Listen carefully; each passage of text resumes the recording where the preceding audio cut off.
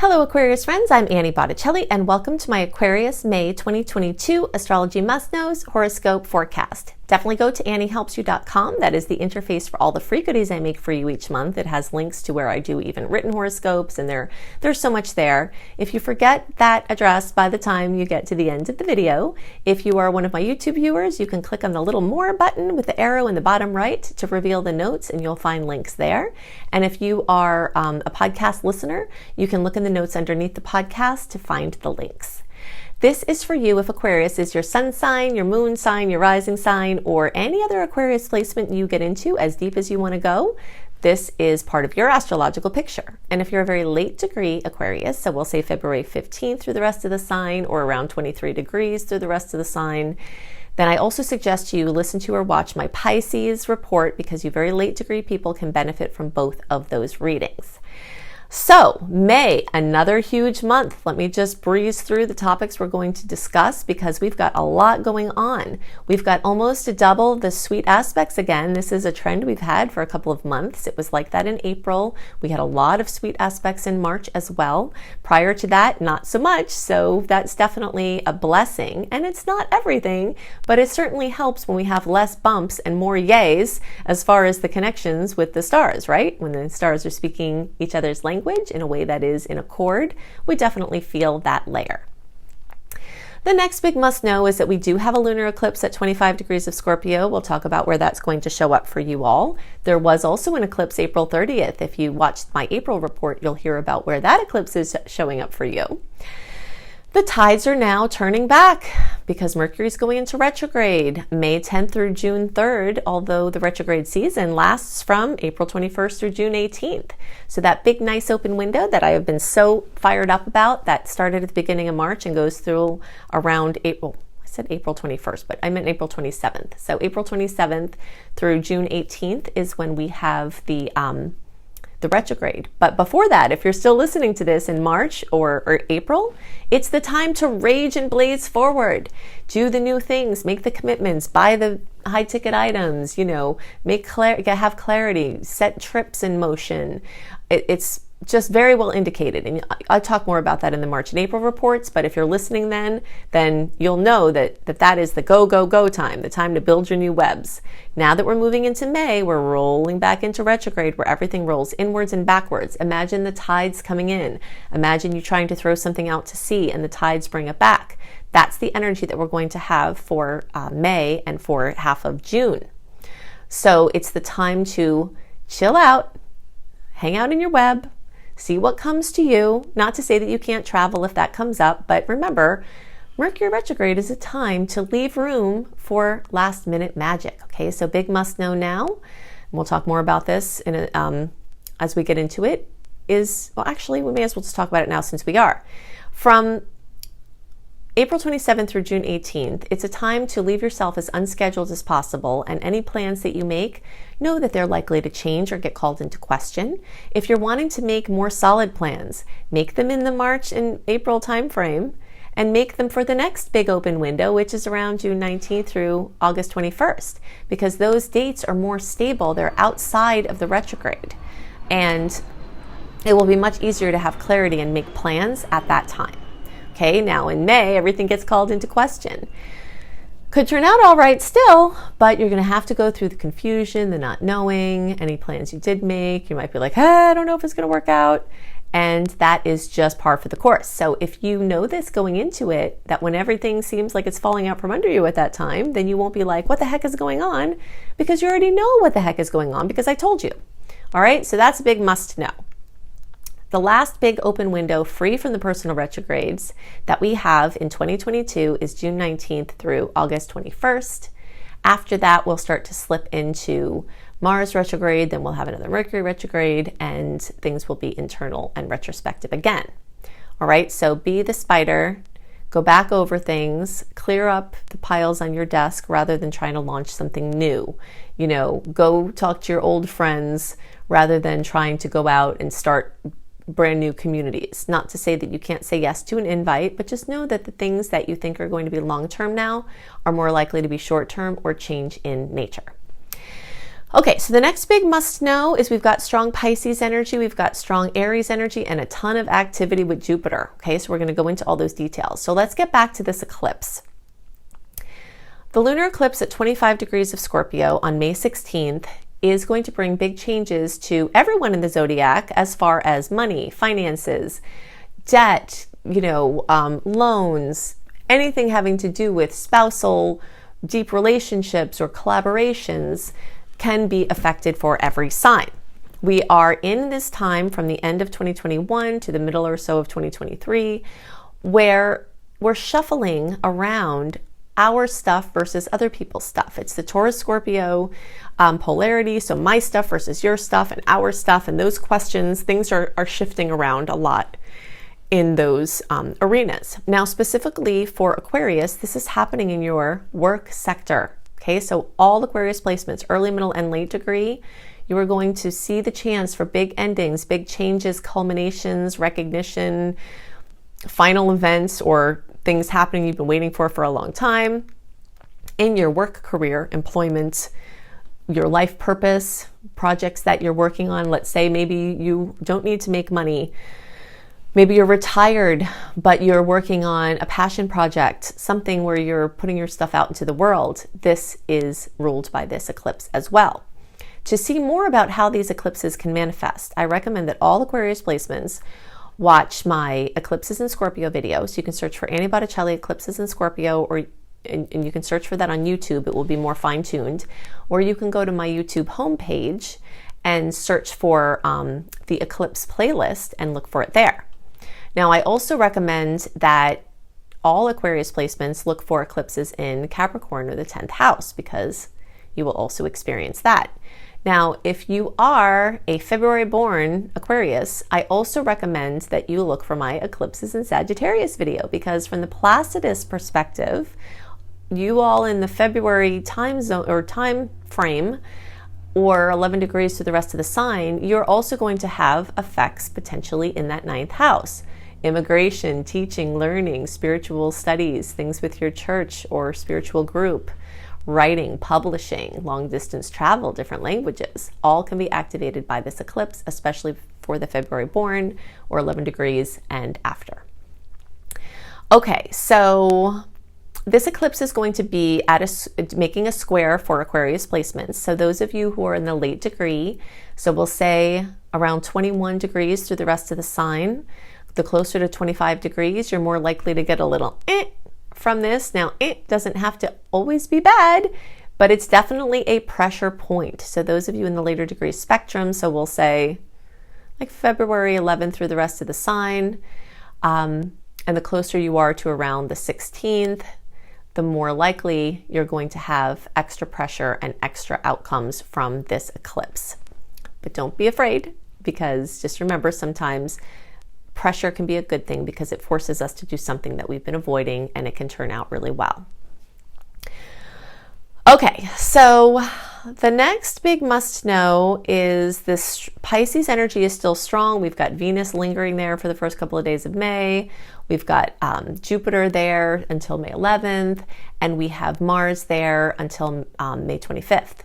Now, for Aquarius, this has all been giving short and long-term focus to your finances.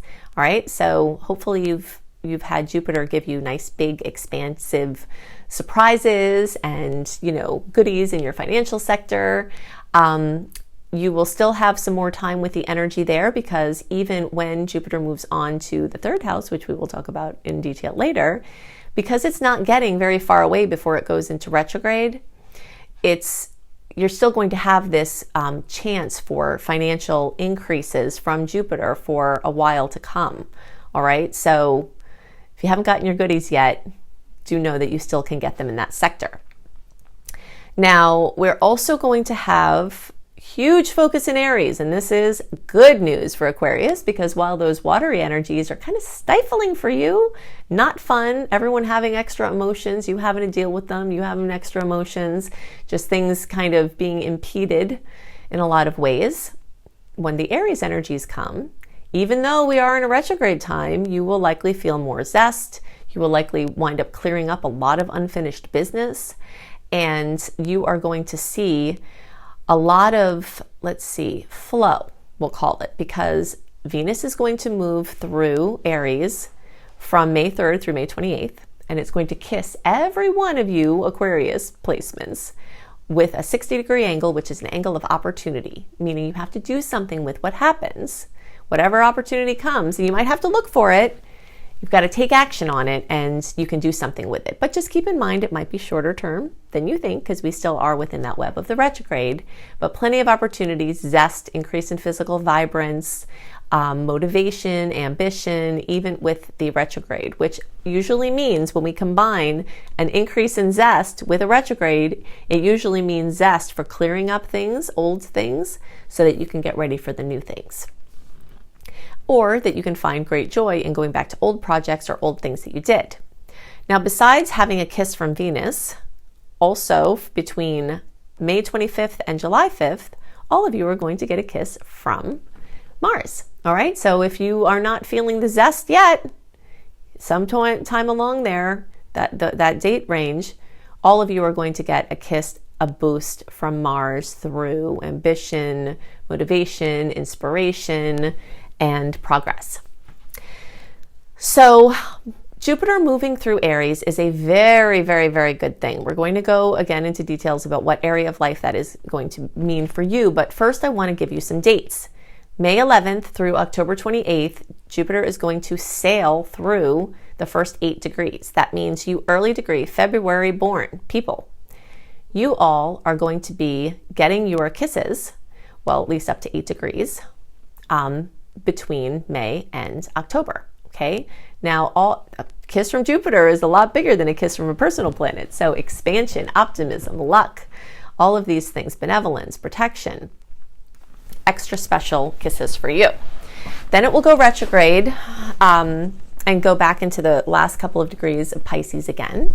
And that happens between October 28th and December 21st. And then it will be retrograde. Yeah. And then it will go back into Aries December 21st through May 17th of 2023. So from the end of the year through next May, everyone will get Jupiter kisses. So even those of you early degree friends who got your kiss this year, you're going to get another one next year. Okay, so I just wanted to lay those dates out for you because that's very exciting. This month we have a massive amount of Jupiter action. Not only do we still have lingering effects from the Jupiter-Neptune conjunction that was really strong April 8th through 12th, which we were feeling in March, all of April, and we're still lingering now into May. We have that going on, okay? So search for Annie Botticelli, Jupiter-Neptune conjunction, and see all the goodies that come from that. I can't go into all the details of that now because this video will be so long, but I have a whole long, well, it's not super long, but it's very, very informative about what the individual and global effects of Jupiter and Neptune conjunct in Pisces can be, and just know that we are experiencing that still this month. Then we have Jupiter making a 60-degree angle full of opportunities, strongest May 1st through 5th with Pluto. Okay, so this is a very big deal. Again, I've done a separate video on this. So if you search for Annie Botticelli, Jupiter sextile Pluto, you can find that. And do the search on YouTube. It will be more fine-tuned. But all of these extra videos that I recommend for you are all on my homepage on the playlists. These are in the astrology playlist. Okay, so I recommend that you check those out. Okay, so now I've let you know that Jupiter is going to be speaking your language for an extended period of time, and all the difficulties that Jupiter might have brought while it was in Pisces are going to start to fade away as it's in this beautiful aspect for you. Let's talk about where it's going for you, and then we're going to look at what you can expect. Okay, so when we've got Jupiter moving through Gemini or the 3rd house, be ready for prolific expression. It's the first point on our list here. Prolific expression. Jupiter waltzing through this house of communication will bring you every opportunity for writing, editing, speaking, communicating, and anything related to your expression.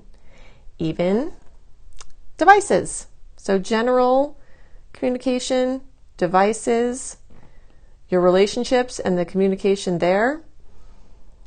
If you've been wanting to upgrade your communication, this transit can assist. definitely look to the current guidelines that I give in the horoscopes as far as making those large purchases. But in general, a Jupiter transit is longer than any Mercury retrograde transit. So there's going to be time during a Jupiter transit where this can be relevant. Something else that we see with Jupiter in Gemini, or the third, is communication from the lesser seen realms. So angels, guides, animal spirits, whatever you communicate with, we can definitely see that. Things involving your relatives or brothers and sisters can come up in a big way.